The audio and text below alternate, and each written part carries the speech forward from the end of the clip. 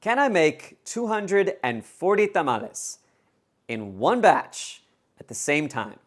So not 2 batches, not 3 batches. I'm talking 20 dozen tamales, just once. That is the focus of today's video. This is going to require everything from me. Every bit of idiocy, foolishness, ingenuity, however it is I'm feeling about it at the time, all my equipment, and it's going to be a multi-day effort. So let's get started. Okay, it's day 1. I have 25 pounds of cubed pork shoulder. I need to brown it, I need to boil it, I need to shred it, and then all the broth left over, I need to reduce it by at least half, and I need at least 3 gallons of broth at the end of everything. I don't have room in my kitchen to process all this food, so I'm gonna have to do everything outside. It's also cold outside. It's like 40 degrees Fahrenheit. It'll get warmer as the day goes on, but this is gonna be something. Let me show you the setup. I got my grill here, charcoal underneath. It's as hot as it can possibly be.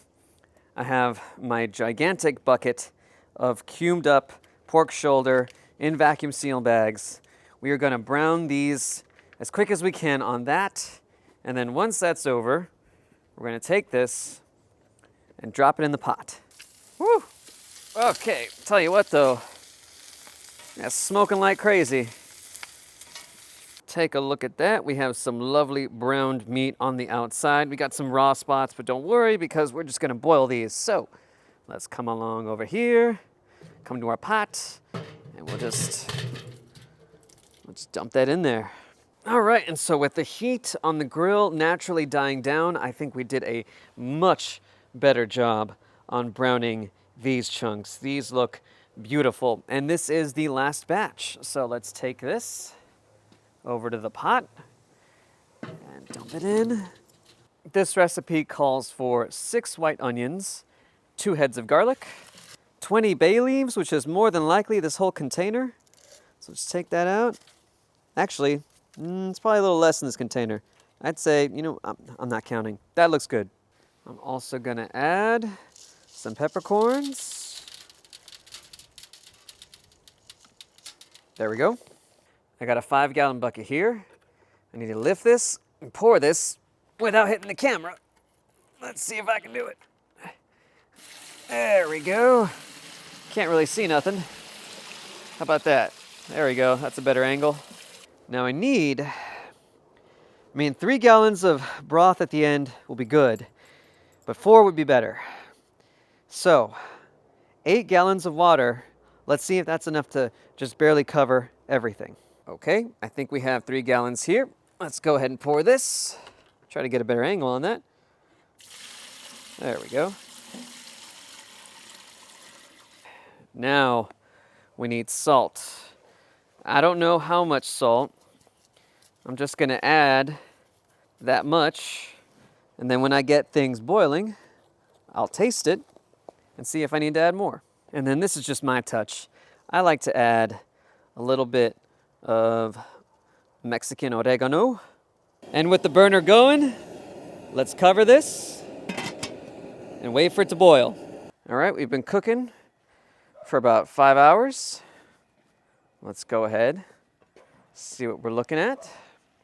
There we go. This can be taken out. So I'm just gonna lift. We're gonna carry it over to this very big Tupperware container. Dump it out. There we go. I need about 1 gallon of this broth for the spicy sauce. Whatever is left will reduce by half. I'm gonna have to pour this into smaller containers and put it in the fridge so that it cools down in time. I'm gonna try something. So I have a candy thermometer here. Should definitely be able to handle the heat. I'm gonna stick this down below and I'm gonna pull it out. All right, so let's see. Liquid level's coming up to about here, which is the just around the soft crack labeling here. So what is about halfway between here and the bottom? I'm gonna say that we need to let this broth reduce until the level reaches, let's say, 130. We got our meat, right? It's all right here. We need to grab any of these onions. These aren't going to go into our tamales. And our garlic, which is right here. And we just need to toss that aside. Hudson is going crazy over there, wanting to eat everything. Yeah, aren't you, buddy? I think I've gotten all the big pieces of veg out of this pile. Move the meat over. We're just going to start shredding the meat up. This stuff is incredibly tender, so it does not take that much effort. And because I can't resist, let's try some. Very good. My God, very tender. And because, that's it. Because I've been torturing this dog all day, down, good boy. Good boy. Caught that right out of the air. And that's what we're looking at. So we need to get this in containers, and we need to get it chilled down fast so that it can go in that. All right, y'all, this is the madness that is rapid cooling. I have every single container in my house being used to either hold meat or hold broth. I have an ice bath. It's trying to chill things down as fast as possible so that way this stuff doesn't stay in the danger zone in my fridge. This I'm gonna have to open up every 15 minutes or so, mix it around, and that will ensure that everything chills down all the way through. And at last, our broth that I brought inside has reduced in size by quite a significant amount. And I poured them into 2 containers, equal height. We definitely have more than 2 gallons. We're probably at about 3.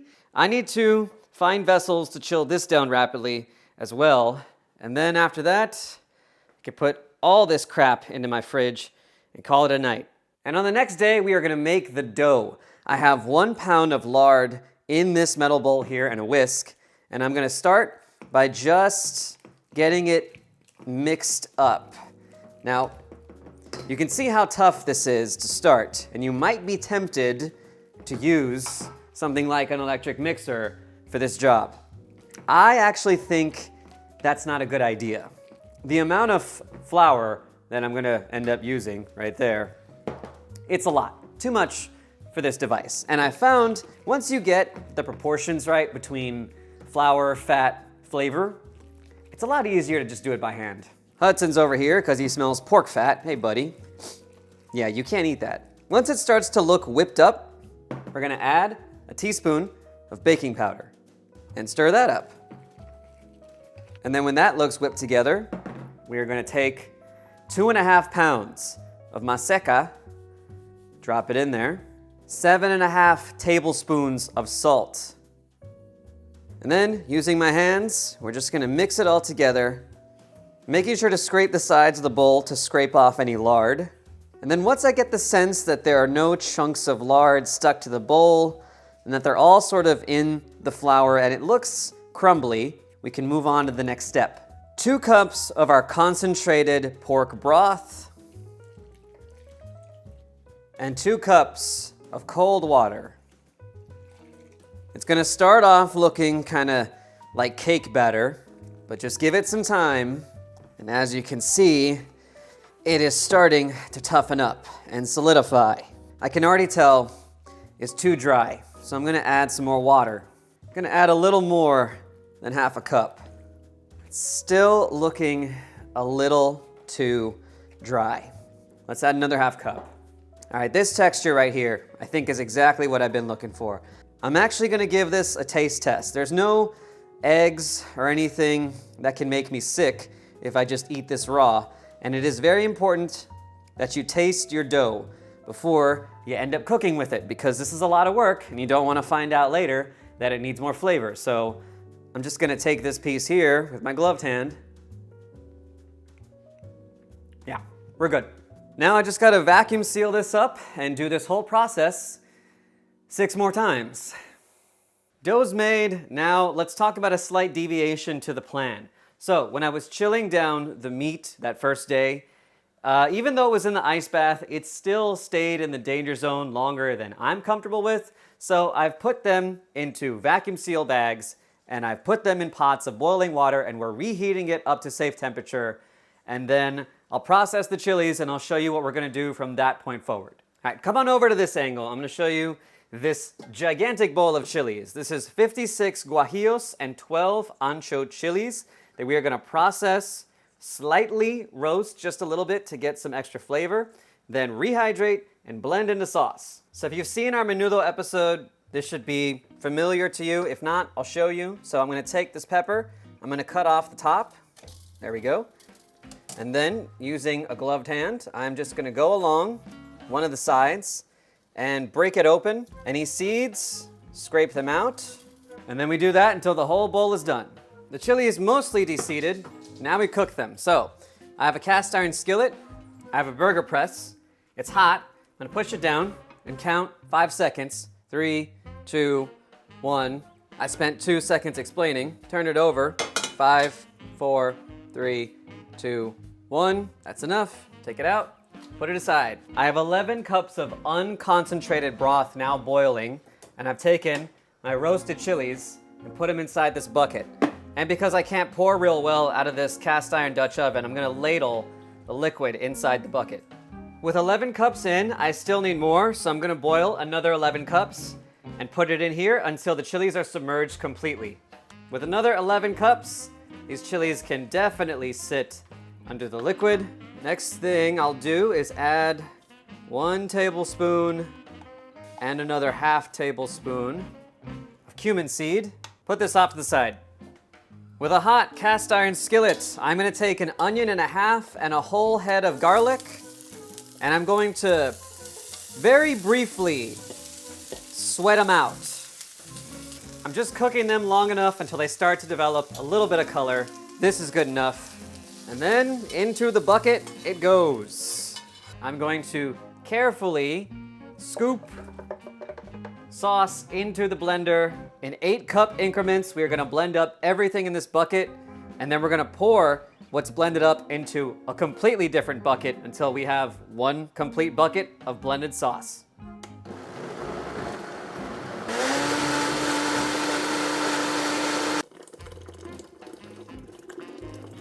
Here is all of our sauce. Let me give it a taste. It needs salt. It also needs just a little bit of acidity, so I'm gonna add some apple cider vinegar to this too. Just that much. Ooh, that is perfect. All right, we're almost done. Next thing I'm gonna do, I'm gonna take my vacuum seal bags of reheated meat. I'm gonna cut it open as close to one of the ends as I can. I might make a little bit of a mess, but I'm gonna take a big spoonful of this sauce, and if I spill some, I spill some. Let's just commit. There we go. I'm gonna put it in the bag. That right there is what we're looking at. So I'm gonna clean all of this up as much as I can, and I'm gonna especially clean up top near where the opening is. And then with my vacuum sealer, I've taken out as much air as possible, leaving us just the meat and the liquid. And then it is back to doing this nonsense. I have an ice bath here, I have the vacuum seal bag. My hope is that in the vacuum seal bag, this will cool down much faster than the Tupperware containers. And then we just do that with the others, and we are finally done. I have to use 2 outdoor cookers. These are just crawfish boil pots. I only own one of them. I own this one. This other one, that's the one that belongs to my neighbor. I'm crazy. I'm not 2 crawfish boil pots crazy. So what we'll be doing is we'll be putting the tamales inside the insert that would normally be used to scoop out the crawfish and all the other stuff, and we'll fill the bottom with water, and it'll just act as one big steamer pot. And with luck, this whole experiment will have worked out. However, there is yet again one other deviation I have to make. And we've come full circle. So here is the deviation. When you have a bunch of people who come over to your house to make tamales and you have a party, there's actually a Spanish word for this. It's called tamalada. So I have a bunch of people who are gonna come over to help make this gigantic batch of tamales. It's gonna take about 2 hours for those tamales to steam in the pot. And that's if everything goes well, if we don't have any hiccups along the way. But some of my friends are busy, they have kids, some might be able to stay for as long as it takes to make the tamales, but then they may not be able to stay as long to actually eat them. And I want everyone who comes over to my house to at least eat one tamal while they're here. So I'm gonna make 30 myself in a small batch on my stove. And this is also a great time to show you all how these are assembled. So I have a corn husk here that's been sitting in warm water for 1 hour. There is a smooth side and a rough side. You are supposed to use the smooth side for the masa, but honestly for me, I think that when you have a bunch of people who are over at your house, I just kind of don't tell them that. Let them do it how they want to. It makes things go faster. I'm going to take a spoonful of masa, put it on the corn husk, and then use the back of the spoon to smear it out. This is a very large corn husk. That's the thing that you'll notice when you get a bag, is that some are going to be big, some are going to be small. This one's fairly big. That is the amount I've put on the corn husk. You do not want to go from edge to edge, top to bottom. You want to leave some space. I'm going to take a spoonful of my filling. I'm using the spoon and my hands to shape it a little bit. This looks good. Now, I'm going to take one edge. I'm going to fold it over, push it down slightly, lift up slowly. Okay, so the masa has folded over and it's lifted off this side of the corn husk. Then I'm going to use the other side, push that down. This is going to seal the masa. Then I'm going to pinch the bottom. That'll seal it at the bottom. Push down at the top, which will seal it down at the top. Fold the other edge over. Take the bottom portion here that's pointed. Fold it up. Give it a squeeze. Put it aside. And that is how you wrap a tamal. I'm putting all my friends to work. You're getting paid in tamales. Yeah. Okay, they've been going for about an hour. Water levels still looking real good. If I take the lid off, you can definitely see they are cooking. And this one over here, yeah, that one's going well too. And at the end of it all, there are 270 tamales between these two pots, which means our original goal was 240. We did 300. And here we are at the end of the night. We made 300 tamales, 30 in the pot, 270 outside. While it technically was not at the quote-unquote same time, because I started the 30 myself for the others, I feel like they overlapped for at least a tiny little bit there. So I'm gonna say 300 at the same time. Soft, moist, flavorful, just incredible. And I have so many, I have way too many. I am gonna be a one-man delivery service to like all of the town where I live because I have so many. And yeah, that right there, that's like, I think that's 25 pounds of ice that's just gonna be keeping this cool overnight because I have so many. I have way more than I thought I was going to end up with. Wow. All right. Well, we're not done yet. First and foremost, I'm going to take a big, long breath and a sigh of relief and rest a little bit. When I come back, however, I'm going to take some tamales, I'm going to reheat them, and then I'm going to give you my reaction of me eating my own tamales. I can finally bring this long odyssey to a close. So let's unwrap these. You can reheat tamales in a wet paper towel in the microwave, or you can steam them for just a little bit, just enough to reheat them.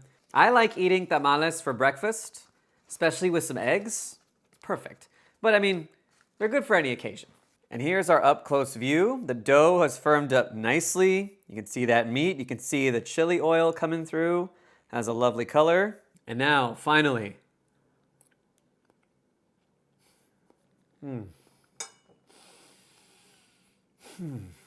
the dough is moist, it's firm, it's flavorful, and it's not dry. That's what I was most scared of. If you oversteam tamales, they get dry. These are perfect. They're not as spicy as I thought they would be, which is a little disappointing because I really wanted them to be spicy. But I can just adjust that next time. All right, I'm gonna finish these up and also contemplate how I'm gonna make up for all the plastic that I just put into the earth with all the vacuum seal bags I used. I hope you all got some value out of watching this. I hope you all go off and make your own tamales at any time of year. So until we see each other again, go cook something amazing. I will see you next time.